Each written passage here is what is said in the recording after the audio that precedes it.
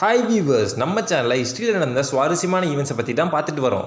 போன தடவை நம்ம அறிஞர் அண்ணாவை பற்றி பார்த்துருந்தோம். இந்த முறை நம்ம ஹனிபலை பற்றி பார்க்க போகிறோம்.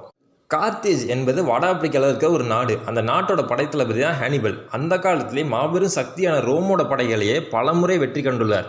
ரோமை விட பல மடங்கு படைபலம் சின்னதாக இருந்தாலும் டாக்டிக்ஸ் எல்லாம் பயன்படுத்தி அதை ஜெயிக்கிறது தான் கார்த்தேஜோட பலம். போர்க்களத்தை வசப்படுத்தியவன் எப்படி வெற்றி அடைவான் என்பதற்கு ஹனிபல் உடைய போர்களே சரித்திர சாட்சி.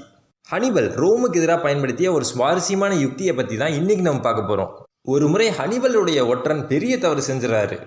ஹனிபலுடைய படைகளை கடலை ஒட்டிய சதுப்பு நில பகுதிக்கு அழைத்து சென்று விடுகிறார். வழியில் உள்ள மலைப்பாதைகள் எல்லாத்தையும் அடைத்து விடுறாரு ரோமன் தளபதி ஃபேபியஸ். மலை கணவாய்களில் காவலுக்கு சிறந்த வீரர்களை நிறுத்துறாரு. தன்னோட பொறியில மாட்டிக்கிட்ட ஹானிபலோட படைகளை மொத்தமாக முடிச்சுக்கிட்ட நினைக்கிறாரு. எதிரிகள் நம்மளை சுற்றி வளைச்சிட்டாங்க, எப்படி நம்ம சாக போகிறோம் அப்படின்னு ஹானிபலோட படைவீரர்கள் எல்லாம் பயந்து நடுங்கிட்டு இருந்தாங்க. நள்ளிரவு நேரம் கணவாயில் உள்ள சென்ட்ரிகள் விசித்திரமான ஒரு காட்சியை கண்டார்கள். வெளிச்சத்துடன் ஒரு கூட்டம் மலையை நோக்கி வந்துட்டு இருந்துச்சு. ஆயிரக்கணக்கில் வெளிச்சம். சென்ட்ரிகள் எல்லாம் குழப்பத்தில் அவங்களுக்குள்ளேயே பேசிக்கிறாங்க. கடல் மூலம் வேறு ட்ரூப்புகளை வந்துட்டாங்களா இல்லை பேய்களா இருக்குமோ அப்படின்னு பயப்படுறாங்க. திடீரென பலத்த சத்தம். அவங்க பார்த்துட்டு இருக்கும் போதே மலை முழுவதும் அந்த வெளிச்சம் பரவுது. இந்த படைவீரர்கள் எல்லாம் அந்த சத்தத்தை கேட்டு மிரண்டு போயிடுறாங்க. அரக்கர்கள் தான் நம்மளை நோக்கி வராங்க அப்படின்னு பயந்த சென்ட்ரிகள் துண்டக்கானன் துணியக்கானன் ஓடுறாங்க.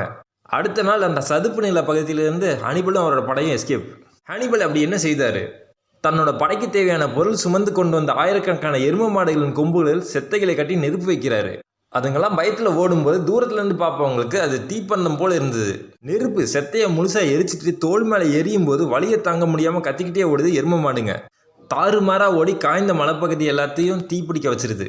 அந்த நெருப்போ இல்லை சத்தமோ எதிரிகளை குழப்பல. என்ன நடந்தது அப்படின்னு புரியாதது தான் அவர்கள் ஓடுறதுக்கு காரணம்.